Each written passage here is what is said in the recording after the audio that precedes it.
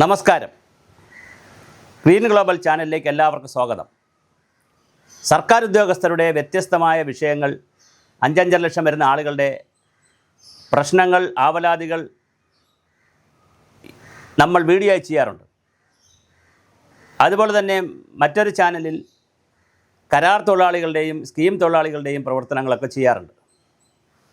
ഇന്നലെ നമ്മൾ DA സംബന്ധിച്ച് വളരെ കൃത്യമായ ചില വിവരങ്ങൾ കൊടുത്തു. നന്നായി അത് വൈറലായി, വളരെയധികം ആളുകൾ ആ വീഡിയോ കാണുകയുണ്ടായി. പോസിറ്റീവ് നെഗറ്റീവായിട്ടുള്ള കമൻറ്റുകൾ വന്നു. ആ കമൻറ്റുകളെല്ലാം സ്വാഗതം ചെയ്യുന്നു. ഇന്ന് മറ്റൊരു പ്രധാനപ്പെട്ട വിഷയമാണ് നമ്മൾ ചർച്ച ചെയ്യുന്നത്. ആളുകളുടെ ലീവ് സറണ്ടർ. സർക്കാർ ഉദ്യോഗസ്ഥർക്ക് ഇട്ടിരിക്കുന്ന മറ്റൊരു ആനുകൂല്യമാണ് ലീവ് സറണ്ടർ.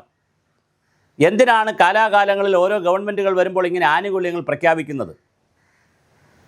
ആദ്യം DA പ്രഖ്യാപിച്ചത് PS നടരാജപിള്ള മന്ത്രിയായിരുന്നപ്പോൾ, ധനമന്ത്രിയായിരുന്നപ്പോൾ DA പ്രഖ്യാപിച്ചത്, ഡിയർനെസ് അലവൻസ് പ്രഖ്യാപിച്ചത്, ക്ഷാമബത്ത പ്രഖ്യാപിച്ചത് ആളുകൾ കൂടുതൽ അട്രാക്റ്റീവായി ഗവൺമെൻറ്റിൽ ജോലി ചെയ്യട്ടെ എന്നും അവർക്ക് നാട്ടിൽ ക്ഷാമമുണ്ടാകുമ്പോൾ അല്ലെങ്കിൽ വിലക്കയറ്റമുണ്ടാകുമ്പോൾ അതിനനുസരിച്ച് അവർക്ക് ജീവിത ചുറ്റുപാട് കൊണ്ടുപോകാനും വേണ്ടിയിട്ടാണ്.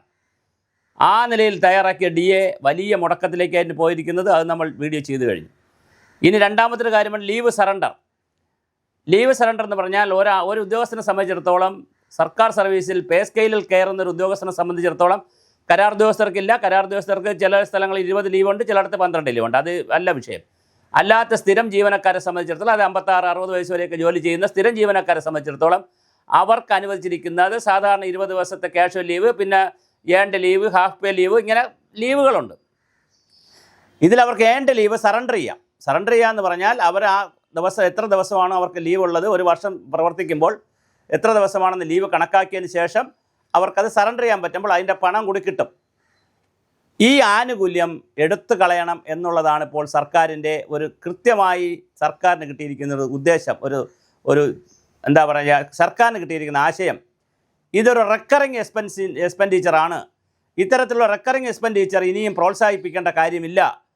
ബാക്കിയുള്ളതെല്ലാം കരാർ അടിസ്ഥാനത്തിലേക്ക് പോയ സാഹചര്യത്തിൽ, ഒരുപാട് കാര്യങ്ങൾ ഔട്ട്സോഴ്സ് ചെയ്ത് പോകുന്ന സാഹചര്യത്തിൽ ഇത്തരത്തിലുള്ള DA ആവട്ടെ, DAയും ഇനി വളരെ അധികം കാലം ഉണ്ടാവില്ല. പുതിയ ശമ്പള പരിഷ്കരണത്തിൽ DA ഏൻഡ് ഈ പലതും ലീവ് സറണ്ടർ ഇതൊന്നും ഉണ്ടാവാനുള്ള ഒരു സാധ്യതയുമില്ല. കാരണം ഇതിനനുസരിച്ചുള്ള ധനകാര്യ ഫിസിക്കൽ മെഷേഴ്സ് എടുക്കണം, ധനകാര്യമായിട്ടുള്ള അച്ചടക്കം കൊണ്ടുവരണമെന്നുള്ളത് ഗ്ലോബലൈസേഷൻ്റെ ഒരു ഭാഗമാണ്. ആഗോളവൽക്കരണത്തിൻ്റെ ഏറ്റവും വലിയ പ്രധാനപ്പെട്ട ഒരു നിർദ്ദേശം, പ്രത്യേകിച്ച് ലോകബാങ്കിൻ്റെയും ADBയുടെയും IMFൻ്റെയൊക്കെ നിർദ്ദേശം, സേവന മേഖലകളിൽ വളരെ വലിയമായ ഫിസിക്കൽ ഡിസിപ്ലിൻ, അതായത് ധനകാര്യ അച്ചടക്കം കൊണ്ടുവരണം.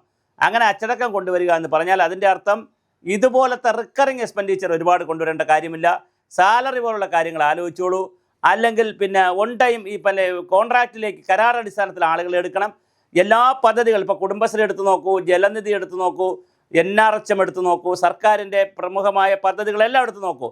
അതെല്ലാം ചിലതിൽ 50-50 വേൾഡ് ബാങ്ക് പറയുന്നതെങ്കിലും ചിലതിൽ 80%, 90%, ഇപ്പോൾ കുടുംബശ്രീയൊക്കെ എടുത്താൽ 90%ഉം കരാർ ഉദ്യോഗസ്ഥരാണ്. അപ്പോൾ അങ്ങനെ കരാർ ഉദ്യോഗസ്ഥർക്ക് നേരത്തെ കരാർ ഉദ്യോഗസ്ഥർ എടുക്കുമ്പോൾ ഈ പ്രശ്നം ഉണ്ടായിരുന്നു. അവരും ആനുകൂല്യം നിറഞ്ഞ് ബഹളം ഉണ്ടാക്കരുത്. പക്ഷേ അവരെ കൺസോളിഡേറ്റഡ് സാലറിയിലേക്ക് കൊണ്ടുപോയി. അങ്ങനെ ഒരു പ്രാക്ടീസ് കേരളത്തിലുള്ളത് കൊണ്ട് ഇത് ചൂണ്ടിക്കാണിച്ചുകൊണ്ടുള്ള ശുപാർശകളാണ് ധനവകുപ്പിൽ കിടന്ന് കറങ്ങുന്നത്.